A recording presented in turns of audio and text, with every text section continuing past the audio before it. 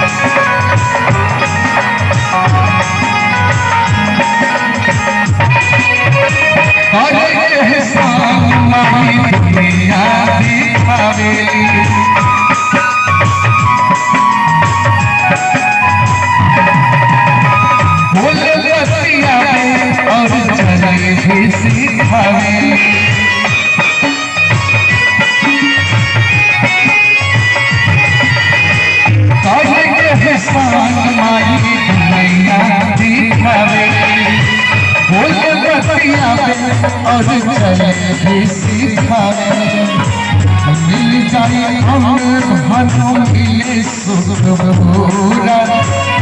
आइए दुलारी बिना सब कुछ पूरा। अचरा के हो दूध पियाइए को माई बिना। अचरा के हो दूध पियाइए को माई बिना। इसी करे जहाजू रहिए भाई को माई बिना। इसी करे जहाजू रहिए भाई को माई बिना।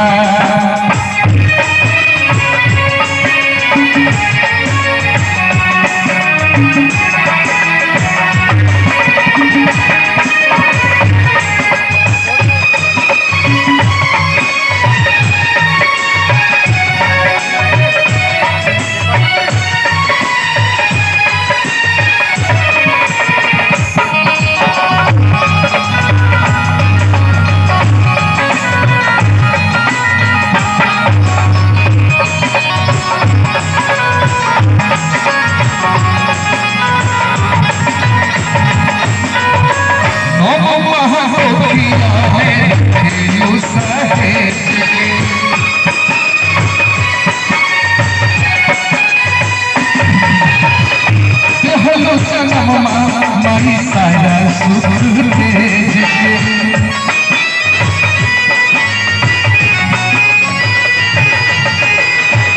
महरोखिया में रहेलू सहेज के माई सारा सुख भेज के। कैसे जिलाई तोहर कितना उपकारी आई तोहर बाटे करज जागवा। हमें जीना गुलाल अमृत गुलाही को माई बिना। जीना अमृत बहाई को माई बिना। जहाजू रहिए भाई को माई बिना।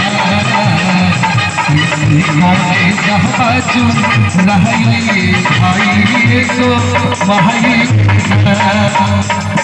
अमृत के हाथ के कैसे नो पिलाए को भाई बेटा अमृत के हाथ के कैसे नो पिलाए को भाई बेटा ऐसे कहे जहाजू रहिए भाई को भाई बेटा